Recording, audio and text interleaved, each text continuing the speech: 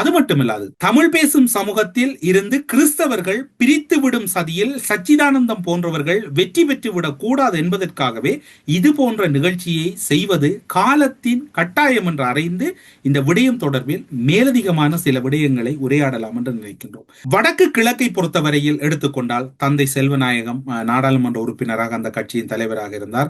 அதே போன்று சார்ல்ஸ் நிர்மல்நாதன் வன்னி மாவட்ட நாடாளுமன்ற உறுப்பினராக தொடர்ச்சியாக இருந்தார்.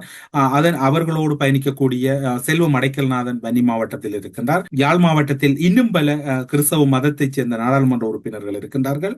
மட்டக்களப்பு மாவட்டத்தை பொறுத்தவரையில் சொல்ல போனால் ராஜன் செல்வநாயகம், நிமலன் சவுந்தரநாயகம், ஜோசப் பரராஜசிங்கம், பிரான்சி காசிநாதர், சவுந்தரநாயகம், தேவநாயகம், ஷாம் தம்பிமுத்து என்று பல கிறிஸ்தவர்கள் அரசியல் தமிழ் தேசிய அரசியலுக்குள் இருந்திருக்கிறார்கள். ஆனால் தமிழ் தேசியம் சார்ந்த அரசியலில் இருந்த அரசியல் பிரமுகர்களை தமிழ் மக்கள் ஒருபோதும் கிறிஸ்தவர்களாகவும் பார்க்கவில்லை.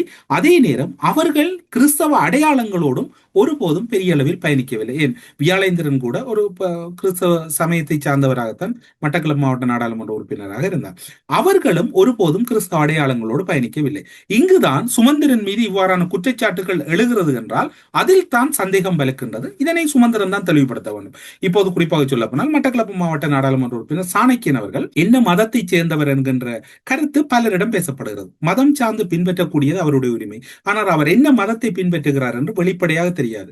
இப்போ சுமந்திரன் மீது மரவம்புல சச்சிதானந்தம் அந்த குற்றச்சாட்டை முன்வைக்கின்ற அதே வேளையில் மட்டக்களப்பு மாவட்டத்தை பொறுத்தவரையில் இவ்வாறான ஒரு கருத்து மக்கள் மத்தியிலே பேசப்படுகிறது. அதே வேளையில் இன்னும் ஒரு கருத்து சச்சிதானந்தத்தின் வலுவான நியாயப்பாட்டை உறுதிப்படுத்துகிறது. குறிப்பாக சொன்னார், பழிவாங்கப்படுகிறவர்கள் அனைவரும் சைவர்களாக இருக்கிறார்கள் என்றெல்லாம் கூறப்படுகிறது.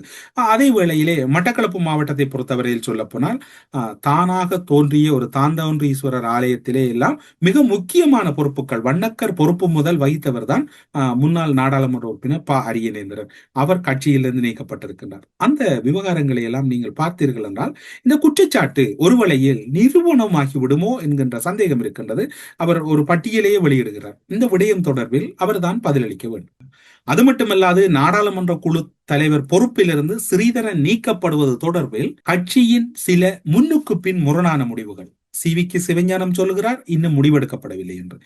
மறுபுறம் சுமந்திரன் சொல்லுகிறார் கட்சி தீர்மானித்து விட்டது. அங்கும் ஒரு குழப்பமான நிலை. ஸ்ரீதரன் நீக்கப்படுகிறார். மரவம்புல சச்சிதானந்தம் அவர்கள் ஒரு பட்டியலை வெளியிடுகிறார். 2015 முன்னர் நீக்கப்பட்டவருடைய பட்டியலை பாருங்கள், அதன் பின்னர் நீக்கப்பட்டவரின் பட்டியலை பாருங்கள். இவை அனைத்தும் ஒரு மதத்தை அடிப்படையாக வைத்துத்தான் இடம்பெறுகிறது. நீக்கப்பட்டவர்கள் அனைவரும் சைவர்களாக இருக்கிறார்கள் என்று அவருடைய வாதம் இருக்கின்றது.